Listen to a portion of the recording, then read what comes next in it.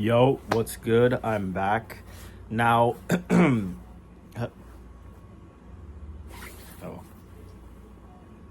First things first, I have a lot of videos planned out, like lined up. So that's why I haven't posted in a while. But yesterday I did my first double feature of 2025. I saw Drop and Warfare back to back, both in Dolby Cinema. So I will say it was for a pause.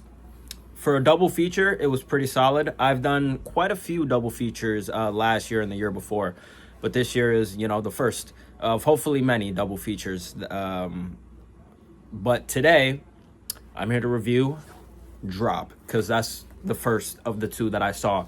And then literally right after this, I'm going to make my review for Warfare and drop both this and Warfare today. So yeah, let's get into it. Now, Drop was directed by Christopher Landon and Emma. Okay, I'm 1 second. Sorry about that. I'm back. Now, as I was saying, Drop was directed by Christopher Landon, and he is a very popular director now. He made the Happy Death Day films, which I actually saw Happy Death Day 2U back in 2019 with my friend and my mom. That was pretty fun. He also did Freaky with Catherine Newton. And by the way, there's going to be a Happy Death Day 3 in the works, bringing back Jessica Roth and obviously Christopher Landon. Really looking forward to that and seeing what they do, how they close off the Happy Death Day storyline. I think that's going to be fun. And he was the director to Scream 7 until he left the project because of a lot of toxic fans threatening his children's lives and shit. It was a whole thing. I don't really want to get into it, but obviously now the director is Kevin Williamson for Scream 7. But this is his new movie, Drop. Now, this follows a mother. She's going on a date after being in an abusive relationship for quite a few years. And there's someone sending her these drop messages, and essentially they want her to kill her date.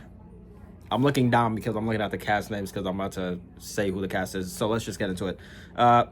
So we have Violet, played by Megan Fahey, and she is the main character. And then her date, Henry, played by Brandon Sklenar. And he was in It Ends With Us from, I think, last year. I didn't watch that in theaters. Megan Fahey, I don't know who she is, but she's great. She really sells this performance pretty well. And then we have Violet Bean, who plays Jen, Violet's sister. And Violet Bean was in the 2018 Truth or Dare movie. So that's what I know her from. And then her son, Toby, played by Jacob Robinson. I'm sorry, 1 second. Sorry for the abrupt, very rude interruptions. Hopefully that's the last time I have to pause. And then we have Cara, Richard, and Matt, who are just Phil as well, who are just people in the restaurant. And it's a whodunit. So we need to have suspects. These are essentially the suspects. Cara is a bartender. Matt is the very funny waiter. Phil is this guy who's on his phone the whole movie, and he's apparently waiting for his sister to show up. And then we have this guy who plays the piano, and Richard is an older man going on a blind date as well. Violet's not going on a blind date, but he is. So the movie's first things first. I want to say the score for this movie is really good. And I feel like the trailers didn't do this movie justice, because I feel like this is much more like the second it starts, we're thrown into this world with the visual, like that opening scene, that opening title card. It kind of reminded me of like one of those early 2000s horror movies where where it's like there's things like shattering and breaking like objects, and it's like a black background, and then you just see these different items that's going to be used throughout the movie just pop up and then, you know, get broken. I hope you understand what I'm saying. But yeah, I really enjoyed the score for this movie. I think it was really good, and some of the visuals and like the way the camera pans and turns for different shots are really, really well done. I don't know, going into this movie, like, I was excited, but I didn't think it would be as good as it actually was, because this is PG-13, but, you know, again, the Happy Death Day movies were also PG-13, and those were great. And Christopher Landon himself is a good director, so I don't understand why going into this I had my doubts. But after coming out, I was pleasantly surprised. I shouldn't have doubted him. I'm my fault, Chris. I wasn't familiar. I should have had faith in you. But yeah, this movie's great, man. It's very suspenseful, funny at times, and also serious. You know, it deals with, you know, abuse and, you know, overcoming that. And like the first scene in the movie is like showing what happened to Violet and, you know, her husband, because we were saying, oh, you know, people assume that she killed her husband when in reality she didn't. He killed himself. But that whole opening scene is very, very dark, very gritty, and it really puts you into it, which is what I love. I love seeing like a PG-13 movie that's not afraid to be serious and you know, take itself serious enough, like during the serious moments, you know, without breaking that tension with like a stupid joke. I appreciate that. But there is a good amount of humor throughout the movie, and it's well done. It's well done, I will say.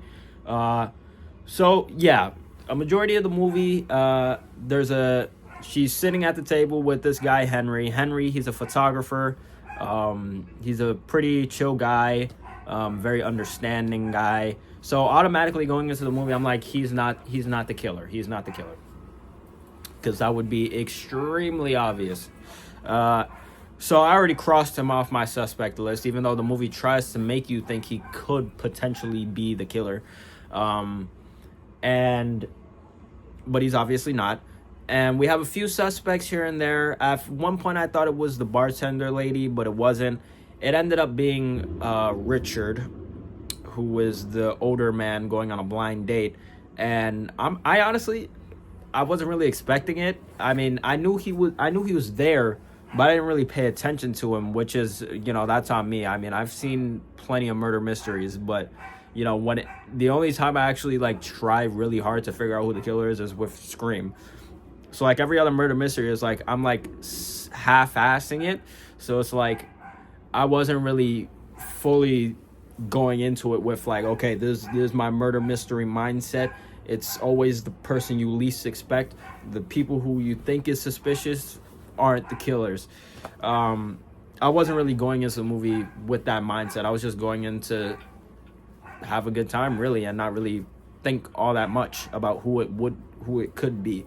But it was Richard, and when it was revealed, I was like, oh, okay, you know, that's cool. And I will say, the guy who plays Richard, he does pretty well. He does pretty well. He has that like old rich white guy type of persona. He plays it off very well, you know. And essentially, he has a guy at his house. So Violet, she left Toby with her sister Jen, and a guy breaks in. The guy working for Richard, like they're working together, and essentially, why this is all happening is that Henry is an informant. He has some dirt on some higher ups, and Richard, he's essentially trying to take him out.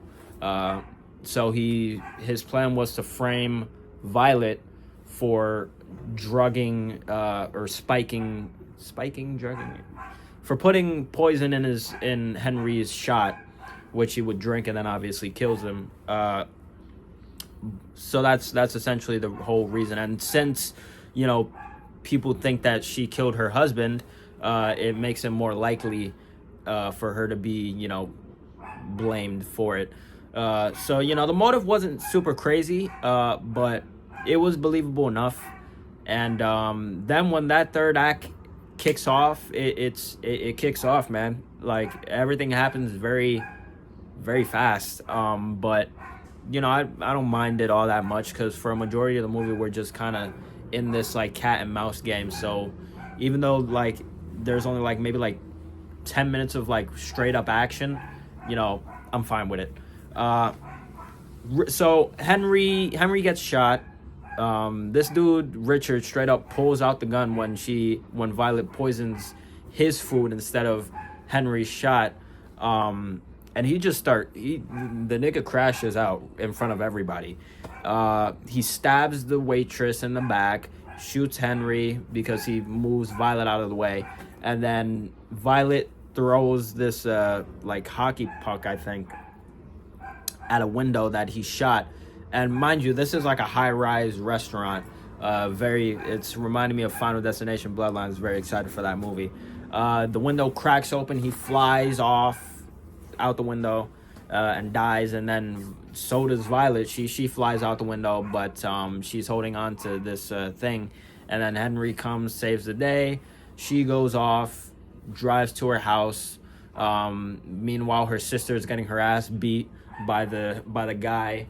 And her sister Jen gets shot, and then Violet gets there, beats up the guy. Well, first she gets beat up.